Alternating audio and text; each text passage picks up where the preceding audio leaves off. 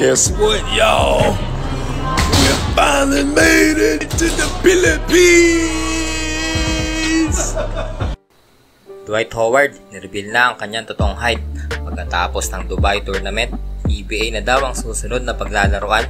Pero bago natin pag-usapan yan ay mag-subscribe muna sa ating channel para sa latest update.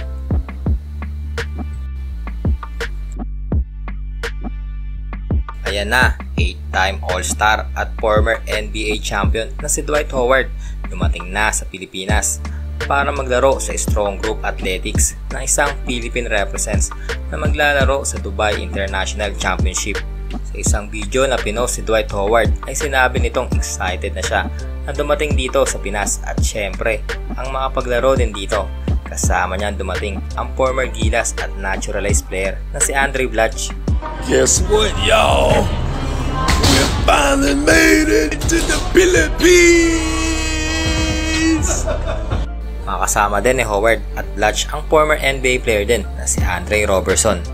Makakasama din nila ang current MVP ng UAAP na si Kevin Kiambao, ang champion na si JD Kagulangan, ang coach ng Australian National Team na si Brian Goorjian, kasama si Topix Robinson at Charles Chu. Pero bago pa man ito dumating sa Pinas ay nagpahiwatig na ito na gusto niya rin na maglaro sa PBA. Nang niretweet nito ang post ng Spin.ph na posible nga siya maglaro sa PBA at tapos sabihin na 6'9" lang pala talaga ang height nito kapag walang suot na sapatos. Dahil nga sa old school na rules ng PBA na may height limit pa rin na 6'9", kaya hindi masyado nakapaglaro ang mga import na lagpas dito. Ayon kasi sa official height ni Howard na 6'10", dahil ang sukatan nga sa NBA ay may sapatos kaya listed siya sa 6'10" ang height. Natanong din ng Spin si team manager ng Converge kung kukunin ba si Howard bilang import nila. Sinabi nito na abangan na lang daw ang mga susunod na kabanata. Sa mga di nakakaalam na ang team manager ng Converge na si Jacob Lau ay anak ng billionaire na si Frank Lau, ang isa sa top financer ng Strong Group at College of St. Benilde. May problema din sila sa magiging salary cap dahil nga $20,000 lang a month ang pasahod nila sa import dito sa PBA. Pero ayon kay Lau ay kaya naman gawa ng paraan ito ng Converge na pwede nilang mai-offer kay Dwight.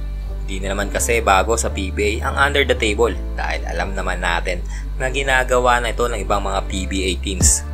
Sinabi din ni Lau na wait, there's more. Marami pa daw star player ang maglalaro sa Strong Group. Gugulatin daw ang mundo sa bubuuhin nilang lineup para ma-elevate daw ang Philippine basketball. Sa tingin nyo guys, magsa-champion kaya ngayon ang Strong Group ngayon taon? Kailangan na ba ng PBA tanggalin ang height limit na yan para sa mga import? Mag-comment lang sa baba kung ano masabi nyo tungkol dito. Salamat sa panonood. Peace!